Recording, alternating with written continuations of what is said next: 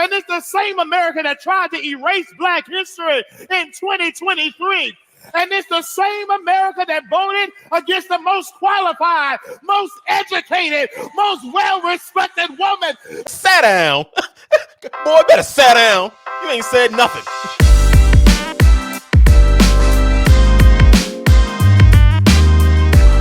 Guys, here we are at the new setup. We're back. And I've got 3/4 of a voice. Does it sound like that in the mic? It sounds disgusting. I figured as much. I've got my tea here, though.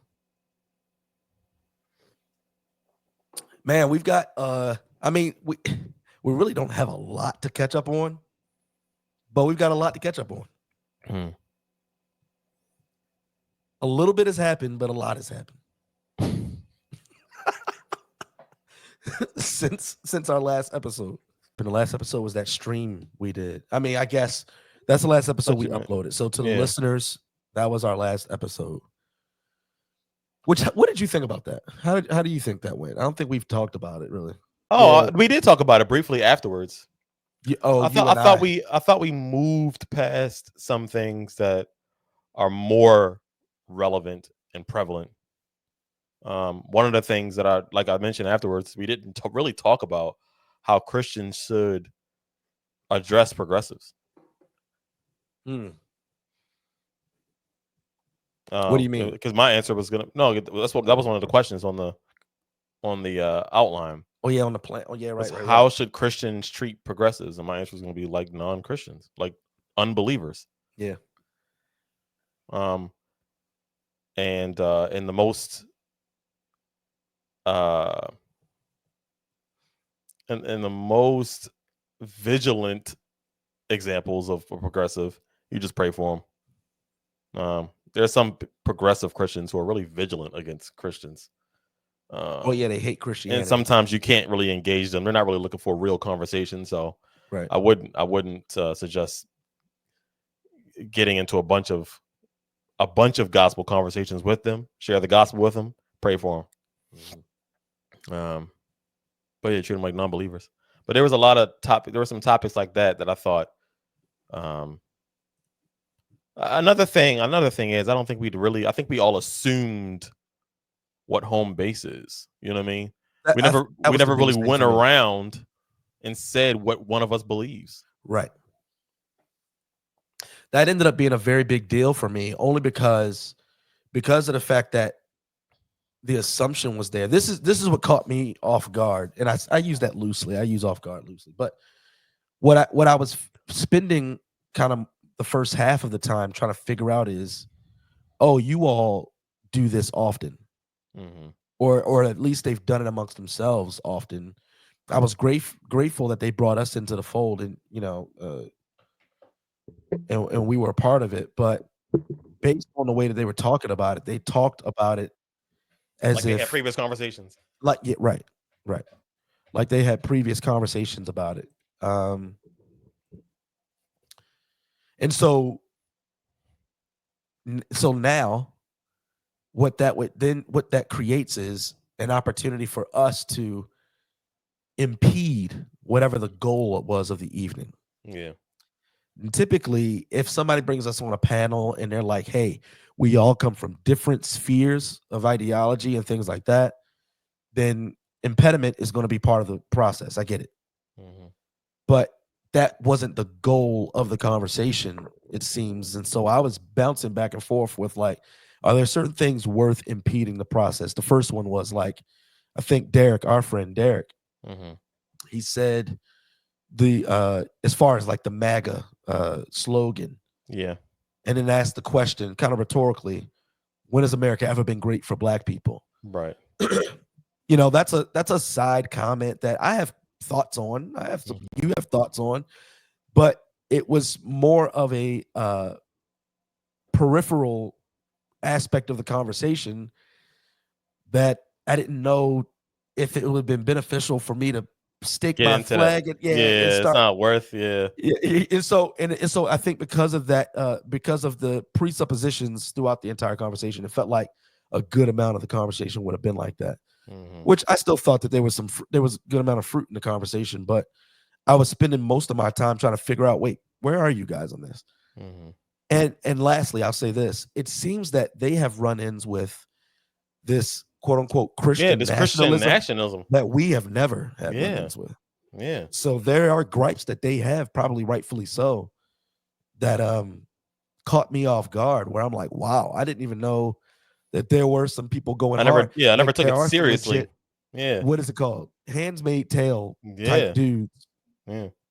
who I would deem aren't biblically Christian. Right. Yeah, they're not Christian. Yeah. So because if you think about it, we never talked about the real sense of the words. If there were a true Christian nationalism, would that be bad? Like, think about that. yeah. What would it look like if the church ran the country? Yeah.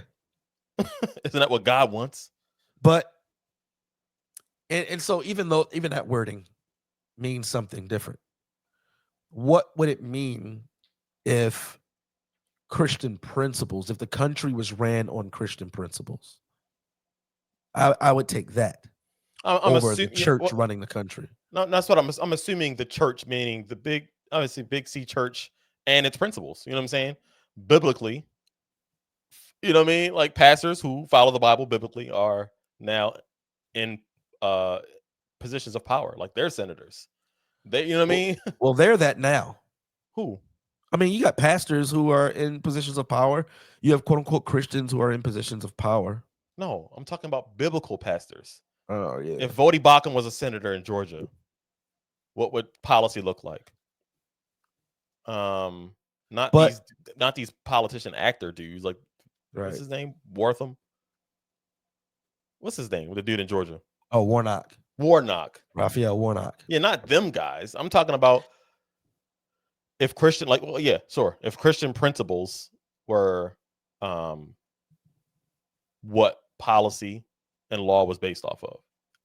Well, they already are. That's the thing. Now, what we're going away from them, but I think that's what the feud is now, right? Everybody, when you say that the country was founded on Christian principles, then people are like, "Oh, that was another thing that was highlighted." I forget who said it, but I think it was a bit reductionistic to say that the country was founded by deists merely. Now, I'm not denying that some people who claimed Christian were merely deists, but they were definitely Christians, and explicitly so, in the beginning, in the founding of the country, in the colonies, and then throughout in the beginning. So it was explicitly Christian principles, Christian pillars of society that people were running on. Yeah. So, well, yeah, a lot of them were Christian. A lot of them were just deists. Yeah. But yeah, I mean, like, the law of the land is certainly, that's what I'm saying. Christian principles, yeah. That's what I'm saying. I think, but this Christian nationalism has been, like, the words don't have any meaning anymore. Right. So what they mean is, when they say Christian, they're talking about the slanderous right-wing person, nationalism, control, or racism. So it's like, a bunch of right wings want to control the world. That's what, they paint this Handmaid's Tale. Apparently that's right wing. Right. Some sort of oligarchy where there's some, leaders who are claimed to be Christian but exercise zero Christian principles. Right. This doesn't make any sense. Which I'm gonna do a short segment on that. I think, as all the things talking about the golden age and coming up Christianity, or golden age of America, I think there'll be there's a necessary sober-mindedness to have regarding that. But so here we are. We're in November. It's November 19th, and we have spent a decent amount of time slandering one another online. I say that loosely. I don't think you and I have been slandering anybody. We slander ideas. Yeah. But you have families who have been turning against one another for the sake of strangers they've never met and will never meet. And now we have Thanksgiving. You think people still get together for Thanksgiving after COVID? And where I live, I can't say they do. People still afraid? I mean, I don't think, you're saying because of COVID? or just No. after COVID? I'm saying COVID being the catalyst, and then after it and everything involved, whatever. Since COVID, how do you think Thanksgiving's been looking? Yeah, I think families have been, and I can't. So I mean, I see a lot of clients, and because I work in a transient area, people moving a lot all the time. But something's consistent about where they're moving to. I haven't had any customers like, yeah, got a new job in New York, so moving upstate. You know what I mean? It's like, yeah, going to California. So, like, I just haven't gotten that. Everyone's like, yeah, we're moving to Charleston, moving to Texas, moving to Georgia. Yeah. You know what I mean? And so it's, I think a lot of people's gripes is that it's too expensive to live here, and they're young couples, young professionals who work for the federal government. I got a job in South Carolina, I'm taking it. And because families are like that, I don't think people they're not around each other to have Thanksgiving dinner. Yeah. A lot of the families where I live are stretched all across the country.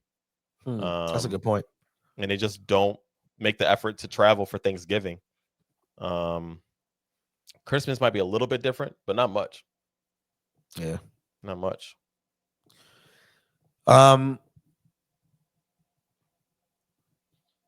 What are some arguments you've heard from folks? We did an Instagram live on this question a little bit, but we want to do this now in this episode where we talk about arguments we've heard pre. Now, you're actually doing a series on Instagram, kind of 15 reasons Kamala 15.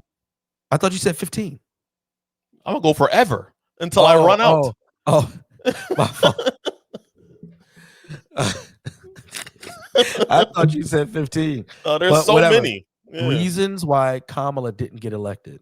Do this joint for 4 years. Where people are very distraught. And I'm not saying this in a slanderous way. I'm saying this evidentially.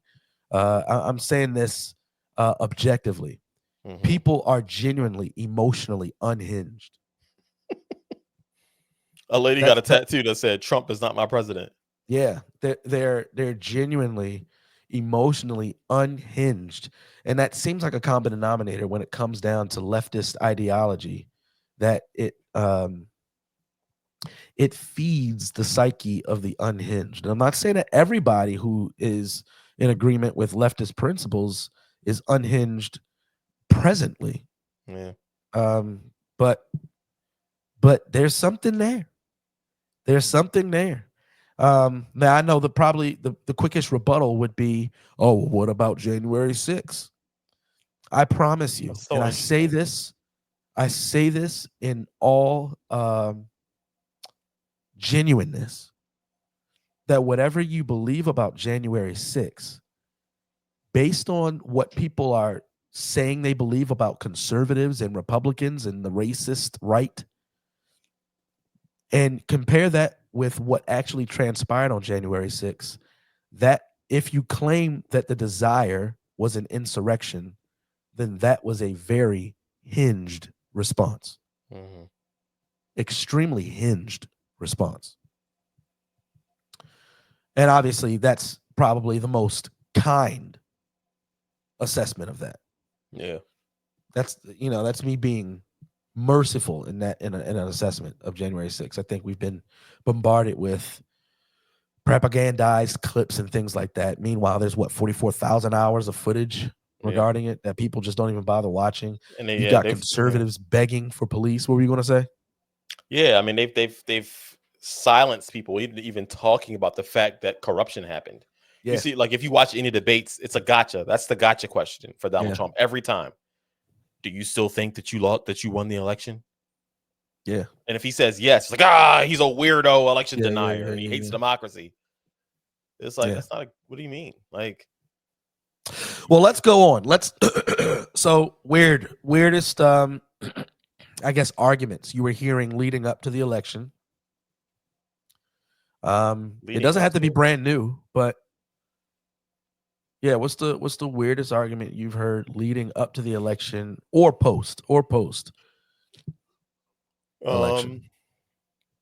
The weirdest argument is that if you're black and you're voting for Donald Trump, you're voting against your interest.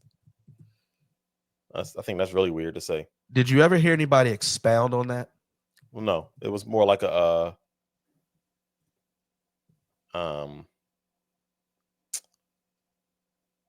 what's the man's name? The Q dog that was just talking and saying words with no. Q dog. He's a Q.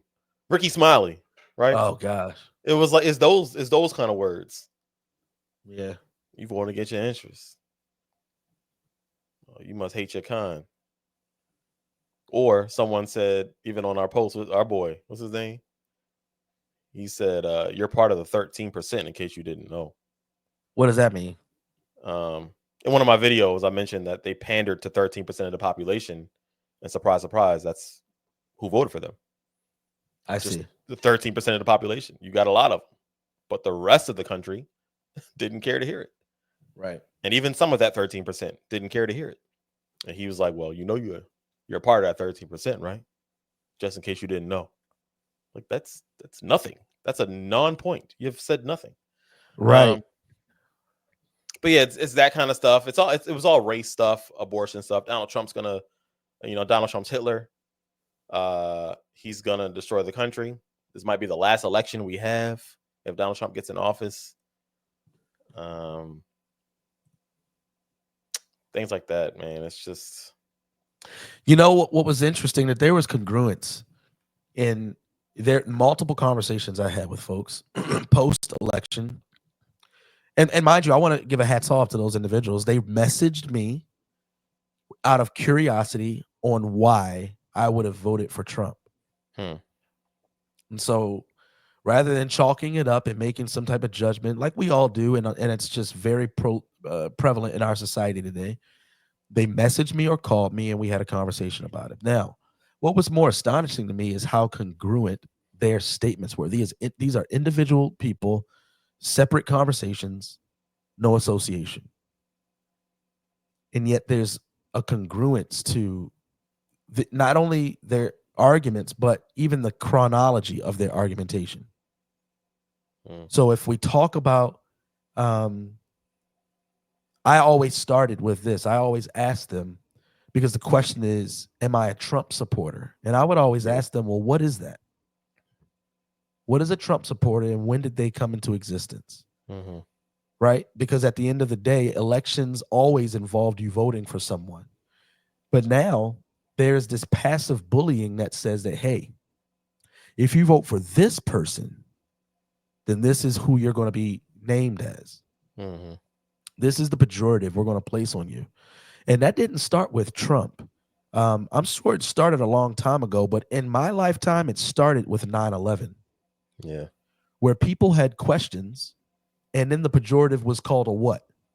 Conspiracy theorist? No, what's the other one? It's so stupid. We talked about it. I don't know. You're out for the truth, so you're a truther? Oh yeah. Yeah. Yeah, that's stupid. Yeah. Yeah. You just want to know the truth behind what happened, and you want somebody to actually sit and walk you through the evidence. And the pejorative is a truther. You are one of those truthers. If you're someone who recognizes the beauties of the Constitution and what it means to dwell in a sovereign state, we are not United States citizens per the tax code and per the government codes. We are Maryland citizens. That's important because Maryland is a sovereign territory within the United States. If you talk like that, what's the pejorative? Right. You're one of those sovereign citizens. Sovereign citizens. Yeah. That's a big thing now. Yeah. On the internet. For some reason, people just learn this term, I guess. Yeah. But yeah, that's a big thing now where people are calling people that and really aren't interested in even knowing what these people know. No. And that's on purpose, right? So you just name, you give them a name, and now it's dismissive, and now they're forever that name, and you'll never even know right what it is they're doing. Like, do you know that these people are trying to preserve human rights? Meanwhile, your girl Kamala is talking about something. Hey, the police should just go up in your house and inspect your house for guns. Right.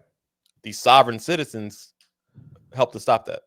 So that goes back to one of the crazier things I heard. One of the things I heard was kind of related to you. You said that people were saying that this will be the last election. I mean, this is crazy fear mongering. And if it's an unhinged person, they might take it upon themselves to try and kill Donald Trump. One would, but that's crazy conspiracies, right? Oh, another thing I saw was did you watch? I don't know whose podcast it is. Is it Andrew Schultz podcast? They're like sitting in chairs and just chilling. But he always has a bunch of people on there. I think it was Andrew Schultz, but Charlamagne the God was on there. I think it's their podcast. Oh, really? Yeah. Oh, that's interesting. Okay. But you know what I'm talking about? Yes. Oh, yeah. Because Charlamagne was talking about, yeah, I mean, I think it's weird that all of a sudden, like, this guy was supposed to be Hitler. Yeah. You know, he's destroying democracy. And now Joe Biden is like, yeah, we'll do anything you need. It's like, Right. would you really believe that? And he was like, bro, that's what we were saying. Why you vote for Kamala? Like, Andrew Schultz is like, why were you running? Why did you vote for Kamala? Yep. Why were you doing that? We said this a long time ago. They're fake. They're phony. They're making this stuff up. Yep. It's like it's all this game. Like, oh man, you won. All right, shake hands. It's like, nah. This guy was talking about. You were saying he was going to destroy lives. Yeah. To the point where people wanted him dead. And now you're like, yep, whatever you need, peaceful transfer of power. And Charlamagne was like, nah, no peaceful transfer of power if this guy's a dictator. Right. If you really believe he's a dictator, you got to fight me to get me out of the White House. Right. Right. And that's exactly what Donald Trump was doing. Yeah. In 2020. There's a lot of. Go ahead. Yeah. No, the same thing we've always said. I constantly shock myself on how much I underestimate people's ignorance. I'm not saying that to be slanderous. It's genuine. People genuinely don't know a lot of things just regarding the world. They don't want to know. And you know that there's something there too. There are multiple people as a result of our conversation, which I would say was a good conversation. I wanted something I could send them to just hone in on one thing that they are thinking very wrongly about. And so that one thing was Seth Gruber's 1916 project. And it's just centering around the origins of abortion, that what we call reproductive rights in this country.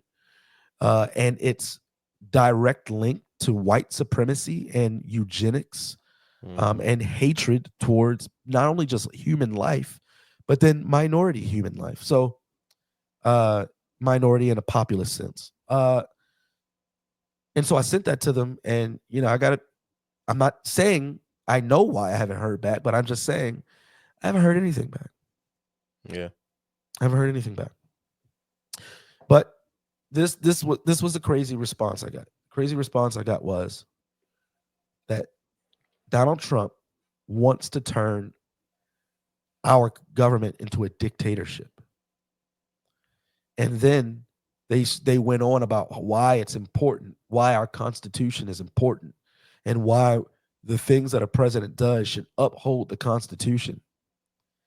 And I'm thinking, how are you not connecting the dots of leftism over the past, forever? Let's just go 30 years. Yeah. They've wanted to take guns for the longest time. They've infringed on gun rights for the longest time.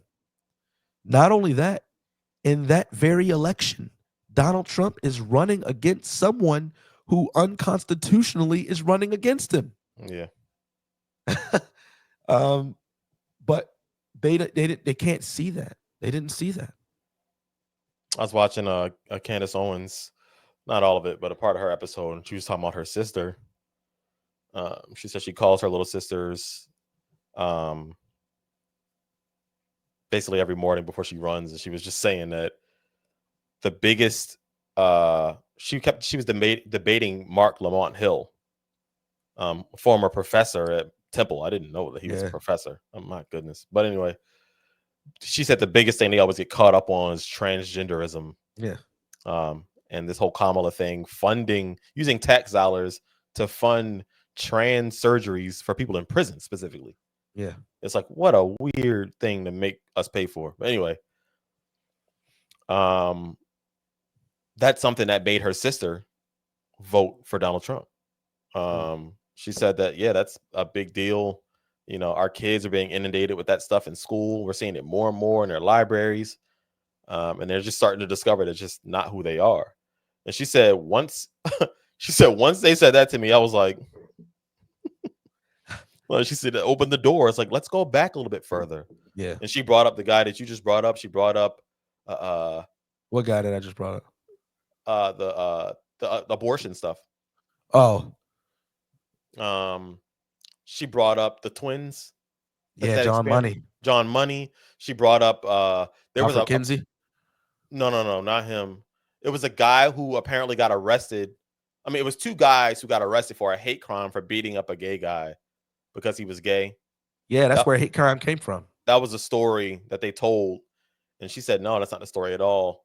Basically, one of the guys actually knew him. They were actually ex-boyfriend, lovers. Yeah, and they did meth together, and it was a drug thing gone wrong. They did meth. They tried to rob him. It went wrong. Had nothing to do with him being gay. And she said her sister's mind was like, what? So from that point on, she's been going back further and further and calling her like, what? Yeah. And it's just like, it's always been lies. The media has never told you the truth. They've always been lying. So I think that once people, and that's why they do the slanderous terms and they just throw things out like Donald Trump is worse than Hitler and he's going to be a dictator and destroy America. They say those things so that you can just make your mind up based off of those buzzwords, instead of you actually doing any real research. There's no evidence of voter fraud. No evidence of voter fraud. No evidence of voter fraud. Now tune into your favorite award show or hip hop video or movie and forget all about it. Yeah. There's been so much. There's been so much stuff, man. The girl that's supposed to be playing Snow White, I don't even know her name. Rachel something. I don't know. Basically, she said that she wished that people who vote for Donald Trump would die, or she wished harm upon a bunch of conservatives. The evidence of unhingedness amongst people who hate Donald Trump is legion. It's really mind-boggling. Yeah. It's genuinely unhinged. Because in my conversations, my multiple conversations, do you know what the foundational response was from each person? What? They don't. I just don't like him. Yeah, I don't. That's interesting. Don't like Donald Trump. Yeah, I don't know him or Kamala Harris. Me neither. It's very odd, right? It's very odd. The question is, when did your disdain for him start? 8 years ago. Yeah. I only know what Joe Biden believes. I only know what Barack Obama believes. I only know what Kamala Harris believes. And based on their belief, we have two different beliefs. I don't know who Kamala is as a wife, stepmother, who Joe Biden is. I know accusations of the way he is as a father or a grandfather. Yeah. Those will never come to light, though. But still, like we always say, I've not gone to sleep thinking about these people. I know. Ever. I know. Because at the end of the day, we have families that we're responsible for first, then communities that we should be concerned with, and then cities that we should be concerned with. But we're not even trained to care about those things. Yeah. We're just trained to tune into our main TV station. They tell us how to think. And if we get out of line, they'll slander us and Barack will come and try to get us back in line. Boy, did that backfire. He said, and somebody in the comments of that video, he said, went to college with you. That's crazy, man. He said, brothers, went to college with you. Like, college with you. Pookie and them. Like, you don't talk like that. Yeah, Pookie and them. And here's the thing. Like go ahead. Yeah, that wasn't what I was going to say. Go ahead. That's not even what I just thought about when you said Barack Obama. That's crazy. But anyway. What? No, I just thought about what I just said when you said Barack Obama, that witches stuff. That's crazy. That's just a sidebar. But what I wanted to say was people are hating their own family members that they do know. Yes. Over someone they don't know. Yes. Because somebody they don't know has said something about somebody they don't know. Yeah. So now they hate people they do know. They do know. That's right. And they believe about the people they do know what the person they don't know says about the That people about they do know. unreal. Yeah, yeah. It's Regardless deep. of how I treated you, you're gonna That's listen to right. what Rachel Maddow says about me. That's right. Who doesn't know me? Unreal. And going back to even that statement, went to college with you. Yeah. No, she didn't. No. She went to one HBCU. Yeah, she might have gone to Howard, but Kamala is not from where Barack Obama was trying to say she was from, regarding those people. Right. She knows the struggle. Barack Obama is not from no where he claims he's no, from. and he's gay. Look, at least that's what he wrote. That's what he wrote. Yeah. But those things we don't talk. And what did he do for Black Americans specifically? Since that's what we're doing now. I know that's where what presidents are supposed to only care for 13% of the population. What policies did Barack Obama implement specifically for the Black community that y'all like? Yeah. Well, the thing about the Black community is that the Black community is a secular construct. It's a social construct, and when you are a social construct, you are created and mandated by the world. And since you have been created and mandated by the world, you are therefore under the command of the world. And if the world says, now let's move on from fists in the air to rainbow flags, then you must move on to rainbow flags. And that's what we're seeing. That's what we're seeing. I was watching, I want to find it so you and I can actually do a commentary on it. But there was this video at Morehouse, which Morehouse has been trash, where they're talking to these young Black men and they're just moving them quickly through the idols of the world and what it means to be Black. First, you got to hate whitey. Second, you got to know you're always going to be a victim. Third, you have to do away with your traditional Christian values. This is what's being talked about by this professor. I need to find it. Third, a part of those traditional Christian values, get this, your traditional views on men and women. Look at that. At an all men's school? Yeah. All boys school. Look at that. Look at that. So I do want to touch on one. I want to look at Derek's pastor. Derek, your soul glow. And we've touched on our conversations in the past couple episodes. I want to look at I think I lost Daren.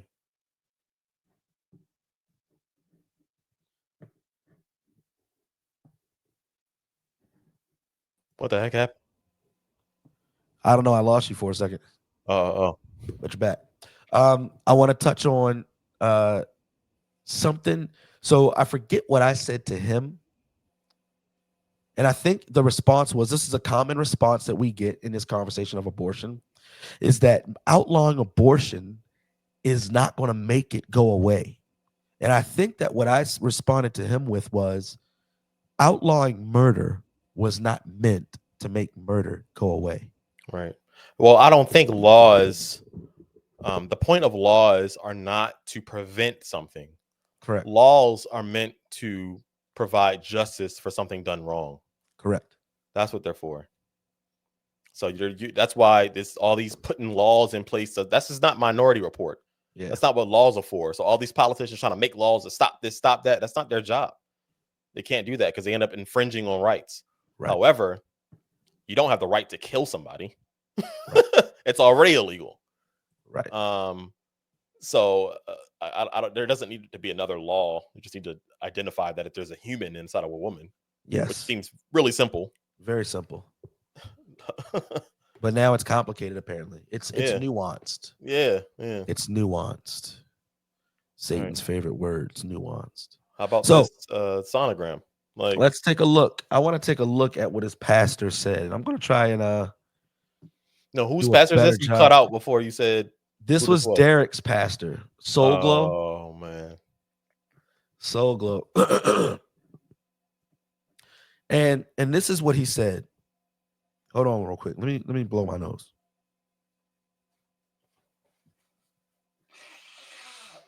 I'm going to mute your microphone. No. Disgusting. This is for the people. We're for the people. I'm not. All of us, transparent. So my response to him was outlawing murder. Outlawing murder is not going to make murder go away, but it's meant, like what you said, Darren, it's a form of true justice. Mm-hmm. A wrong being set right through justice. So this is what he said. I had to sit a few days with the podcast you posted in response to my comments. I got nowhere on my own, so I went to my pastor with my concerns like you suggested in an episode. Now, I want us to focus on this. This is a pastor. I don't know this man, but I can at least make judgments based off of what I'm inferring from his statements. That's all I'm doing. Derek says this is his response in a nutshell.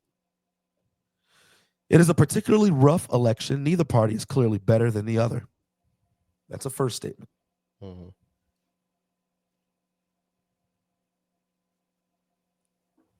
Neither can claim to be biblical, even though both take some positions that could be considered in line with biblical teaching. Now, with that being said, when we were asking, and we continue to ask, that if that is your stance, then stay away from your hatred of Donald Trump. Right. And walk us through those. Right. Just walk us through those. What are they? Mm-hmm. That's what we're asking. What are they? So yeah, biblical, neither candidate can claim the moral high ground. I concur. The reality is, according to the Bible, we are not to look to government to the source of mortality and truth. Now, I think he means morality and truth. We are not to look to government to the source of morality and truth. God gives us government to keep order and impart justice. When they stop doing that, he gets rid of them in his time. So what's important is that I can only speculate what he's referring to right now.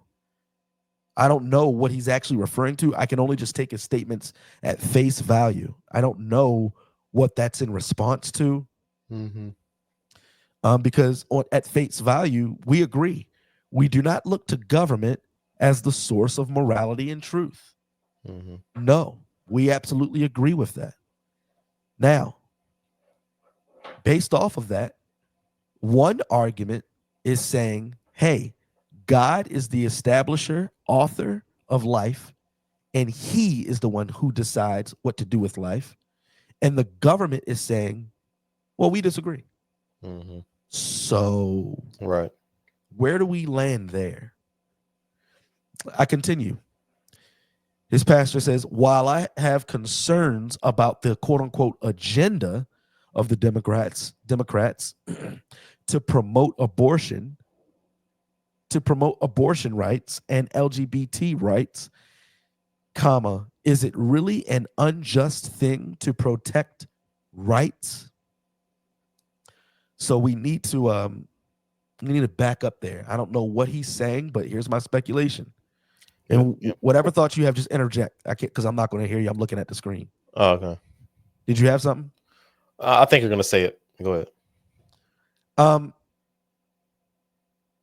I'm bothered by the quotations of agenda first. I'm splitting hairs here because I want to weigh everything that's being said fairly. I think that they're typed or they're said on purpose. And so therefore, I want to draw conclusions based on absolutely everything I'm reading here. So quote unquote agenda, what I'm inferring from that is there may be questions around the fact that there is indeed an agenda, that's more so propaganda, that the left has an agenda. I disagree. The Democrats quite literally promote abortion. It's their ticket item they ran on.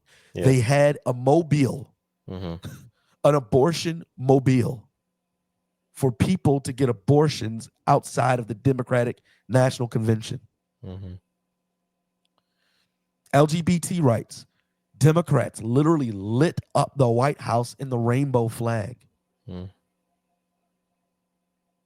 So You can remove the quotation marks. It's there. There's an agenda. Now let's answer his question.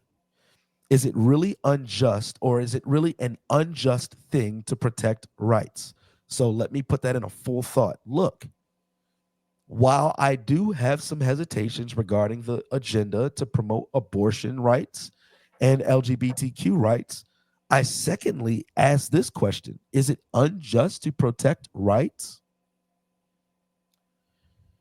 And I think that we need to ask the question, what is a right? Yeah. That's the question. Like, what right is he referring to? What right is he referring to? Abortion rights is a pseudonym for murder. Right. So therefore, we cannot consider that a right. It's an oxymoron. It's an oxymoron. LGBTQ rights is about marriage and the tearing down of the definition of marriage. Right. So it's not a right. It's not a right. Because you know who's at the table now and who's been at the table? The men who want to marry their boys. Mm-hmm. Is that marriage? No. What about the men who want to marry their little girls? Will that be marriage? No, it's not a right. So when someone wants to kill a human being, which is why you can't talk in pseudonyms, we have to keep the main thing, be honest, keep everything in the light is what Christians ought to be concerned with.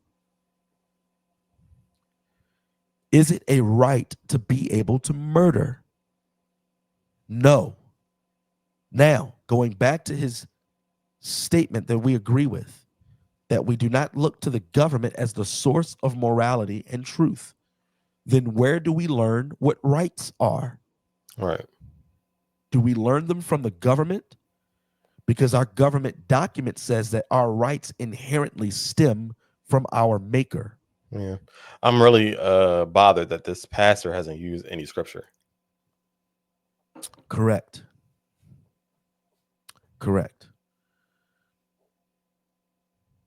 So let me continue on. Is it really unjust? Is it really an unjust thing to protect rights? It is unjust to use subversive language in order to obfuscate the truth by calling them rights in order to do evil. Right. That is unjust, it is unholy, and it is sin. He continues, isn't it up to the church and believers to educate on righteousness? You're welcome. We just did. That was me talking. Quote, would Democrats prevent that? Yes. Democrats have prevented it, and it only will get worse as we give them the power to do so. Bevelin, or what is her name? Bevelin Beatty, the woman that's in prison. What she was doing, and you know, there was a sister who actually checked me on a post that I made saying that, look, I'm in agreement with you, but there are headlines talking about what Bevelin did, and they're not telling the truth. What she did was she obstructed the pathway of a woman going into an abortion clinic, and that's against the law. And that's true. And she said that it's not about me, whether or not I agree that that should be the law. It's about when we share the truth, we have to share the truth. And she's absolutely right. That headline is misleading, and that's what Bevelin was doing. However, the Christian needs to be sober-minded to know that it is against the law to prevent murder. That's what we need to be reminded of. Would Democrats prevent that? Yes. Bevelin was educating on righteousness. She's in prison. Yes, they would prevent it. He continues on and says, fornication before marriage is available to you, but you chose to walk with God. Lying, murder, hate are available to you, but it's about your choice in God that makes you a Christian, not your voting status. Once again, I can only speculate where he's going with that. What do you have on that? I don't like those vague terms or those vague words. He said words that were vague. It's very small. Hold on. Murder, hate are available to you, but it's about your choice in God that makes you a Christian, not your voting status. So, I mean, but if that is true, number one, God chooses us. Number two, shouldn't you vote and someone go, "Oh wow, you must be a Christian"? I don't mind that. When you say, "Hey, why did you vote this way?" and they hear you explain why, and they should be able to deduce that you're a Christian. Yeah, what needs to be broken down is what does it mean? Let's vote just as a use Christian. his language. Yeah. Let's use his language. What does a choice in God mean? Right. That's what that means. It means that you vote according to the scriptures. Yeah, it means that you have made the declaration and you proclaim Jesus to be Lord. Yeah. Lord, ruler, supreme, preeminent in all things. That all things, like we talked about in the last episode, we brought this up, all things were made through him and for him. Women, their wombs, and the babies that fill those wombs are made through Christ and for Christ. So you don't get to therefore say, it's a clump of cells, kill it, and say, Jesus is Lord. You do not resemble one who makes that declaration by having that stance. Just like I don't resemble a husband if at this time I go out every night looking for women. Yeah. And you also don't get to stand by and sit on the fence and go, well, it's really not my say. It's their choice. I mean, it's not my body. Right. They have to make that educate in decision. righteousness, he said. Yeah. Isn't it up to the Christian to educate in righteousness? And now what this pastor is doing, ironically, is he is miseducating in unrighteousness. He continues on. While abortion is available, your walk with Christ prevents that from being an option from you. It doesn't, actually. Yeah. It's still an option. But when your proclamation is that Jesus is Lord, you choose him. That's what it means to choose him. He continues, you can't measure your love for Christ without choosing him over the things of this world. Okay, hats off. We agree. But we also believe that that statement contradicts what was said earlier. So yes, you can vote Democrat and still be Christian. I'm flabbergasted that that's where he just landed. Yeah. Let me go over that again and not break it up. And see. While abortion is available, your walk with Christ prevents that from being an option for you. You can't measure your love for Christ without choosing him over the things of this world. So yes, you can vote Democrat and still be a Christian. Anyone who says you can't has an agenda, not a message. All right. So I imagine he wouldn't want to have a conversation then if that's the way he ends it.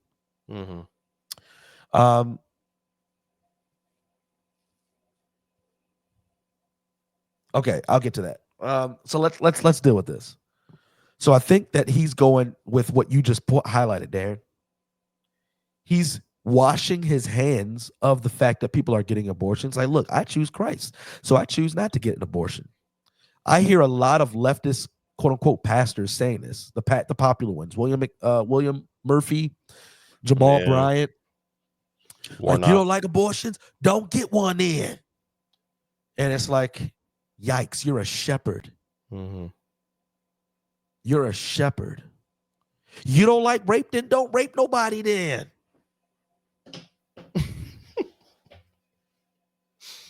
And what's being forgotten in that line of argumentation, if that's what we want to call it, what's being forgotten is that there's still a life being ended. So it's not about, look, you don't want to do it, then don't do it. No, I don't want to, kidnap people, and I'm also not going to kidnap people.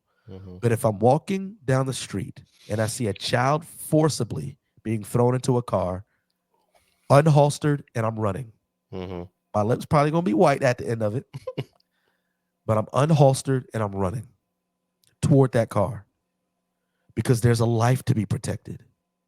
That's what's being missed by this shepherd. He's a shepherd.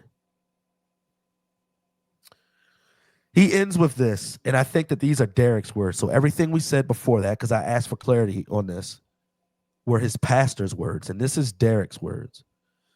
I just can't vote for a man who's less educated than me. It's ad hominem. I see his crowds, and I see hate and anger, not God. I don't know what his crowds would be. I guess his crowds would be people who voted for him. And that would be us. Now, if we take a microcosm of the people who would side with Derek and people who would side with us, with all due respect, I feel like, Derek, if you're listening to this, I feel like in the beginning, you were more slanderous towards us. Mm-hmm. I don't slander you. And you just slandered Donald Trump. And that's he's less educated. Yeah, right. I was always taught to watch the company I keep and the crowd I bring. I can say with clear conscience that I'm voting Kamala. I'll see you tomorrow night on YouTube. Oh, okay. So I think he had planned on joining in when we originally addressed this and he missed it. But yeah, I think that's what always boils down to. People don't like him. It's an ad hominem stance, which means attacking the person. Against the man is what ad hominem means. And the reason it's a fallacy in philosophy and in logic is because logic deals in ideas. Right. And when you are needing to address ideas and you choose not to address them, but only the carrier of an idea, then that means that an idea that is harmful can be proliferated and you not even care. Because as long as you can attack the vessel, then you're good. And that's what has led to where our country is today. And I think it's also what has led to Donald Trump being the elected president, 47th president of the United States.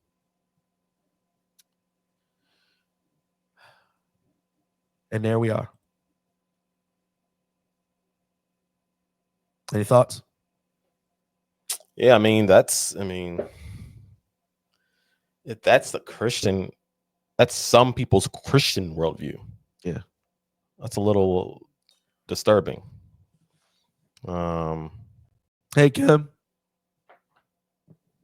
That's pretty disturbing to know that that's someone's Christian worldview from a pastor, and really hasn't really invoked any of God's words. No.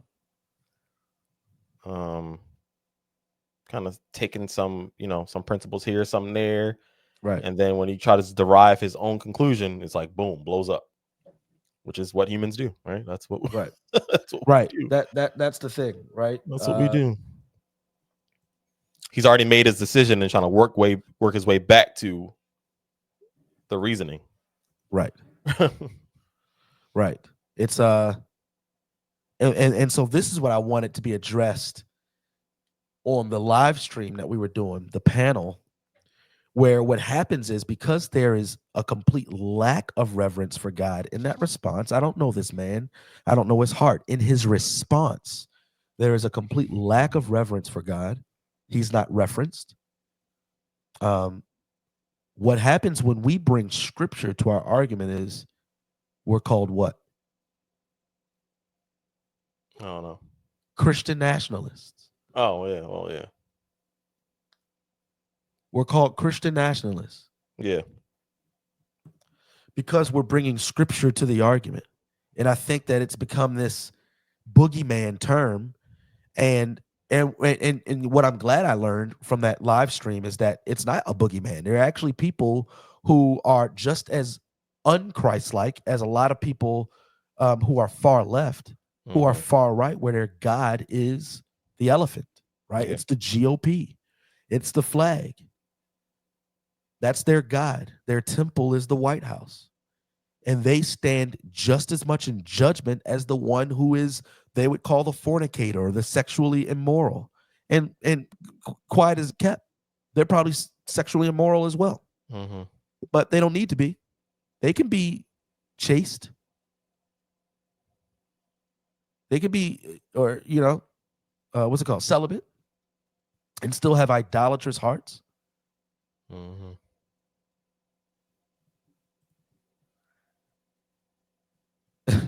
Is he a Philly fan? I don't want to talk about football right now. I can't even. No. I'm sick. I don't want to talk about it. But yeah. Let's move on. We're gonna close up. I want to watch this video together. We're not gonna watch the whole thing. I'm gonna skip around a little bit, but this is post-election, and coming off of what we were talking about regarding Christian nationalism, that even if you are a church and you address the election, which a shepherd should, a shepherd should bring clarity to his flock in those times, because that's what the sheep need: clarity, not ambiguity. Clarity. And whenever someone biblically and faithfully does that, they're called pejorative Christian nationalists. That's evil. Meanwhile, Kamala can get in there and be like, "I see you on the mountaintop." No.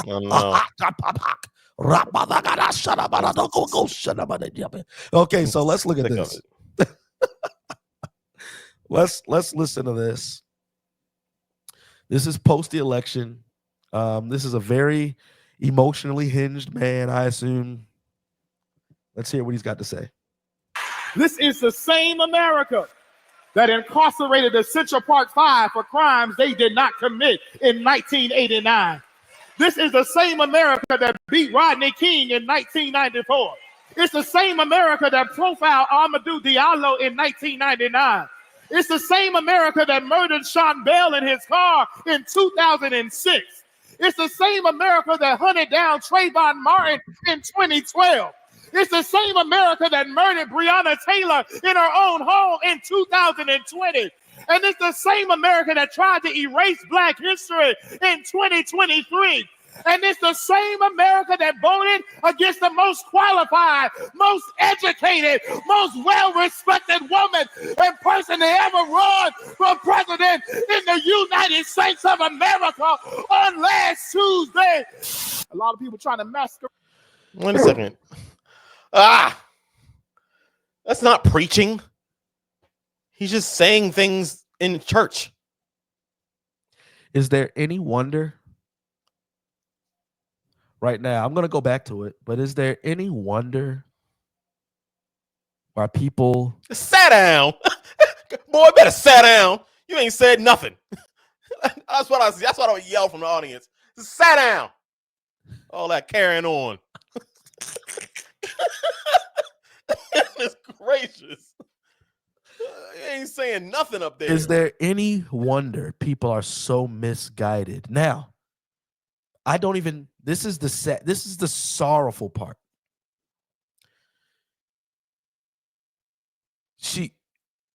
People are misguided, we would say politically. We believe they are. But no matter what, we will never recognize anything eye to eye, because the foundation, biblically, discernment, is gone. That was bibliocentric ethnic theism. Yeah. What are they shouting and cheering about? What are they shouting and cheering about, Daren? You better say something. Like he not saying nothing. I'd have sat firmly in my chair. Yeah. Like this. He's not saying anything. I would have got up and left. But yeah, it's like, what are you talking about? This is the same America. And what are people supposed to what's the hope from that? Yeah, there's no hope. What do they get from it? What do they get from it? They get that Black people are a new or an isolated race in exile in America, and they're always victims. They're always going to be victims, and their only hope is to make it to heaven where everybody's Black. And the center of God's world is Black people. Boy, are they going to be mistaken. Yeah. Man, are they going to be mistaken. People can't even fathom that the Lord is the center of all things. That the new earth and the new heavens, the center of it will be Him. Yeah. People can't fathom that because of bibliocentric ethnic theism. Let's continue on just for a time, just for a season. Hold on. Where we at? Let's do it this way. Let's continue on. The raid and just say, well, they didn't campaign hard enough. But in 107 days, this woman has done a remarkable job trying to tell the nation about the truth of herself. And it ain't up to us that white women and white men and Latino folks could not accept the truth. Quiet as kept. It's a bunch of bros right behind him. Be like, I voted for Trump though. Exactly. They back there like, Yeah. oh Lord, down by the river. They went right to the daggone polls. Oh man. The rhetoric, right? Yeah. I get it. There are a lot of us who don't like the way people talk. I'm just saying this. How is this acceptable? Right. This is from the pulpit, God's pulpit, used to instruct his people into holiness and sanctification according to his word. His divine power, as Peter says, is granted to us all things pertaining to life and godliness according to the knowledge of him who has called us by his own glory and excellence. Yet all they're getting is Kamala on the Lord's day. Okay, I was getting angry. All they're getting is Kamala. And yes, for anybody who wants to give that rebuttal, if somebody is in Texas doing the same thing about Trump, they're just as evil. Yeah. They're just as negligent. But this gets a pass. This He's is also what lying. He's also lying about it. It is lying. She never gave anything. Yeah. She gave us nothing. Yeah. A bunch of lies about herself. She gave us Meg the Stallion. Yeah. Cardi B, Glorilla. Yeah. Beyonce, and she gave them millions. Right. Last, okay, we're wrapping up. We're wrapping up soon. Let's get to it. Where are we at? We got to face the facts. Yeah, don't let them masquerade yourself and make you feel like you're wrong for feeling how you feel. Don't let them try to manipulate you. Let's name of Jesus. We bind you in the name of Jesus. I bind the enemy in the name of Jesus. See, when you talk in truth, Satan can't handle it. When you speak in truth to power, the enemy can't handle what God is about to put out. Like a stripper. Yeah, I mean, that's a thing. That's a thing in bibliocentric ethnic theism. But I came to tell somebody you came to the right place on the right Sunday, because this is the house of the Lord, and every demonic force, every evil spirit is going to be cast out in the name of Jesus.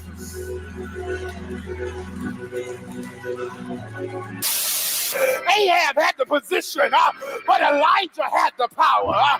Pilate had the position, but Jesus, he had the power. Uh-oh. He better not. Oh, Daren.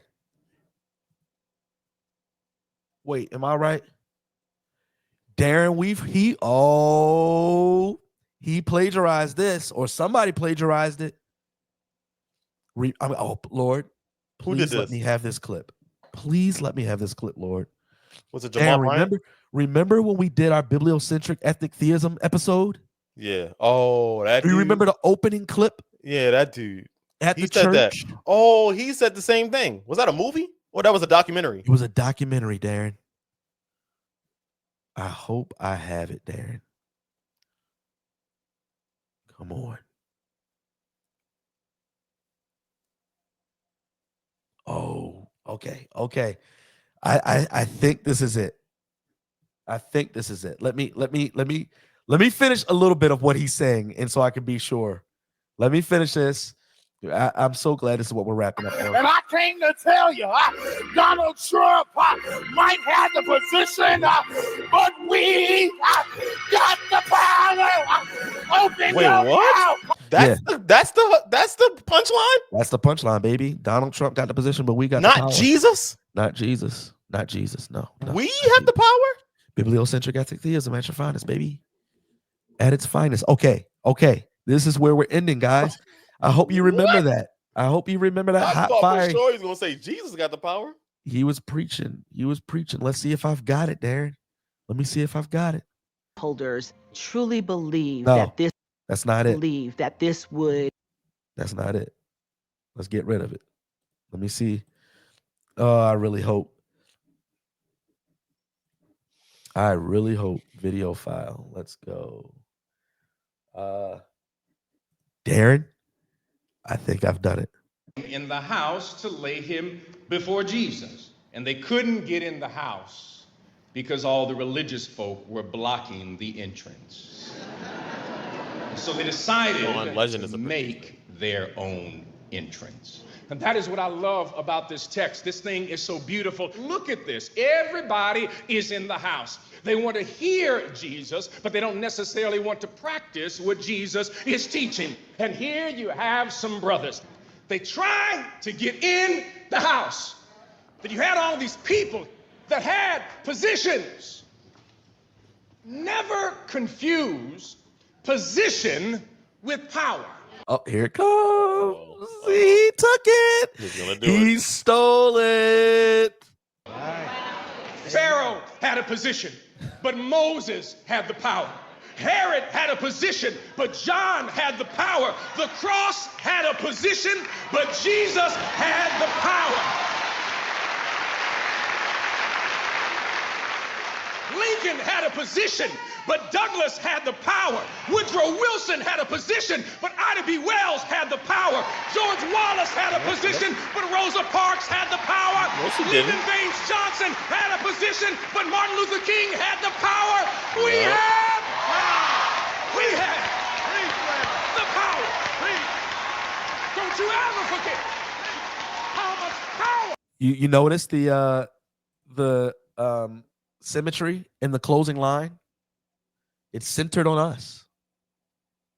It's centered on us. First of all, the analogies are bad. Those are not analogous Really statements. bad. They're not analogous statements.